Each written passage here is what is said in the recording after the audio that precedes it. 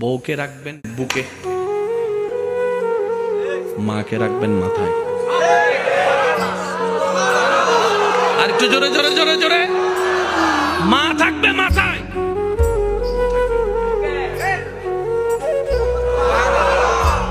তো বুক আর মাথা তো এক নয়। জোরে জোরে বলেন না, জোরে জোরে বলেন না। বুক আর মাথা এক নয়। বুকের দায়িত্ব আলাদা, মাথার দায়িত্ব আলাদা, স্বামী ক্যারেক্টার আলাদা, সন্তান ক্যারেক্টার আলাদা। এবার আপনি বলবেন আমার মা, যার পায়ের নিচে আমার জান্নাত।